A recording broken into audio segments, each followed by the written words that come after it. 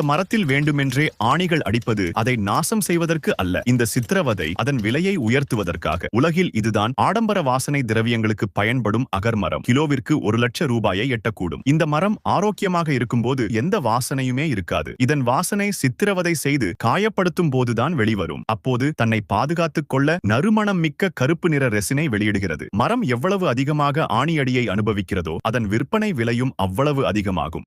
இந்த மரத்தில் வேண்டுமென்றே ஆணிகள் அடிப்பது அதை நாசம் செய்வதற்கு அல்ல. இந்த சித்திரவதை அதன் விலையை உயர்த்துவதற்காக. உலகில் இதுதான் ஆடம்பர வாசனை திரவியங்களுக்கு பயன்படும் அகர்மரம். கிலோவிற்கு 1,00,000 ரூபாயை எட்டக்கூடும். இந்த மரம் ஆரோக்கியமாக இருக்கும்போது எந்த வாசனையுமே இருக்காது. இதன் வாசனை சித்திரவதை செய்து காயப்படுத்தும் போதுதான் வெளிவரும். அப்போது தன்னை பாதுகாத்துக் கொள்ள நறுமணம் மிக்க கருப்பு நிற ரெசினை வெளியிடுகிறது. மரம் எவ்வளவு அதிகமாக ஆணியடியை அனுபவிக்கிறதோ அதன் விற்பனை விலையும் அவ்வளவு அதிகமாகும்.